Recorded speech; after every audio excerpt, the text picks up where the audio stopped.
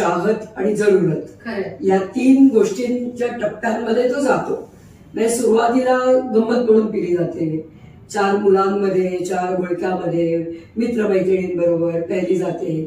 तिथे ऑब्जेक्शन घ्यायला काय कारणच नाही ना, कारण आम्ही मजा करतोय, एन्जॉयमेंट आहे. एन्जॉयमेंटचे फंडे असावेत की नसावेत हा भाग खूप वेगळा आहे, पण ते आहेत सध्या दुर्दैवानी.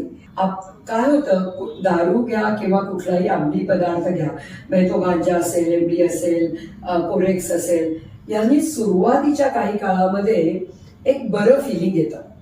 हा, म्हणजे रिलॅक्स झाल्यासारखं, बॉडी हलकी झालीये असं वाटतं. आणि ते जे बरं फिलिंग आहे ते क्षणाचं आहे. मी परत एकदा इथे अधोरेखित करू इच्छिते, त्या अतिशय क्षणभंगूर आहे. सर्व अंमली पदार्थ हे डिप्रेशनकडेच नेतात. वर्ष इथे तंबाखू ठेवून काम करतायत, त्या कुठेही जात नाही ट्रीटमेंटला किंवा त्यांचं काही होत नाही. पण मी माझ्या लहानपणी पण मी बघितलं, आमच्या बाई आहेत त्या इथे तंबाखू ठेवून काम करायच्या, तेव्हा तंबाखू आम्ही प्रथम बघितलं, ते हातावर चोळून मिळून अशी गोळी करून ठेवायची आणि मग नुसतं करून काम करायची. पण तिला कॅन्सर झाला त्या याचा आणि ती गेली. रिहॅब मध्ये येणाऱ्यांची संख्या वाढली. तिच्या अंगावर फक्त ओढणी होती, फक्त ओढणी. आणि ती साधारणतः पहाटेच्या सुमारास आली, गाडीतनं आली. आमच्या इथे पुरुष व्यसनमुक्ती केंद्र होतं आणि महिला व्यसनमुक्ती केंद्र होतं. आणि महिलांचं व्यसनमुक्ती केंद्र थोडंसं मागच्या बाजूला होतं, त्यामुळे अटेंड करणारे पुरुष होते. समोर पहिल्यांदा महिला आली तर पुरुष घाबरला, पण आमच्या इथे काम करत होतं.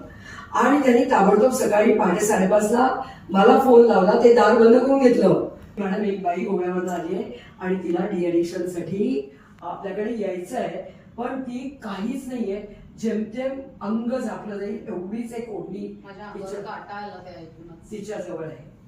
तर मी त्याला सांगितलं, तू पहिला महिला वॉर्डमध्ये जा, आपल्या तिथली जी आमची अटेंडंट जी आहे तिच्याकडे काहीतरी कपडे घे आणि तिला तू आत ठेव, मी येतेच आहे. मग मी गेले तिला, मग आम्ही बघितलं, तिला आंघोळीला दिलं, ते सगळं केलं.